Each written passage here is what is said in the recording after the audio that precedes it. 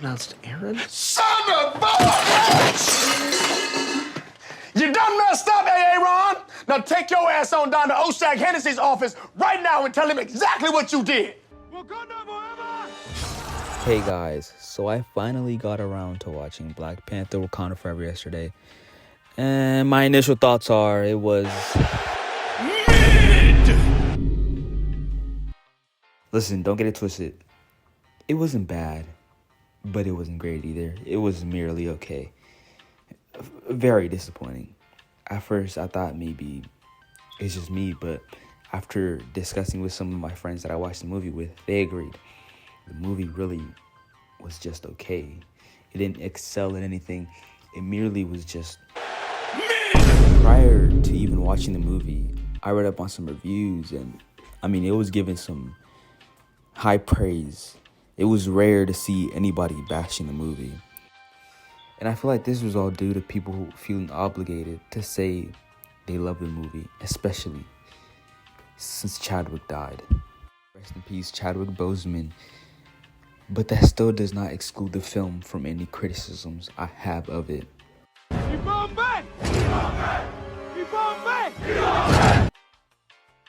2 hours and 41 minutes long.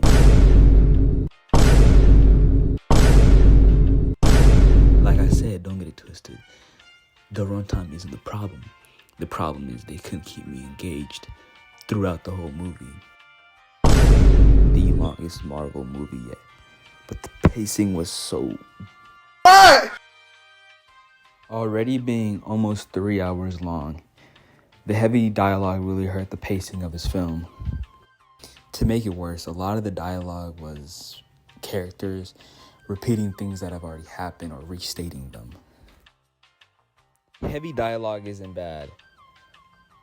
But when 90% of the movie's dialogue, especially in a Marvel movie where people are mainly going to watch it for the action, it gets kind of boring.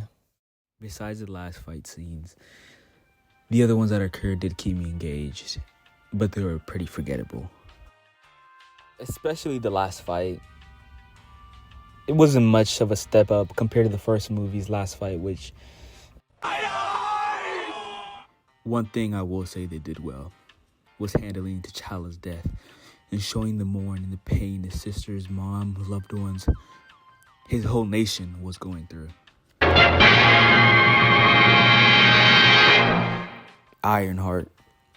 I can't even remember the character's name, but she annoyed me. She was sort of the comedy relief, and a lot of the times, her jokes did not land. Options. You can come to Wakanda, conscious or unconscious. You need to be conscious of the way that you look. Walking around here with that ash on your head.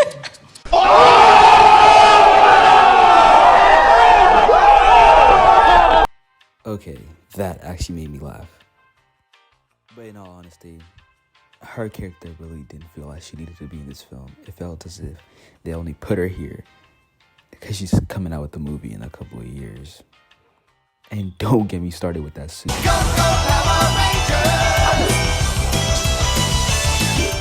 What? Kukulkan!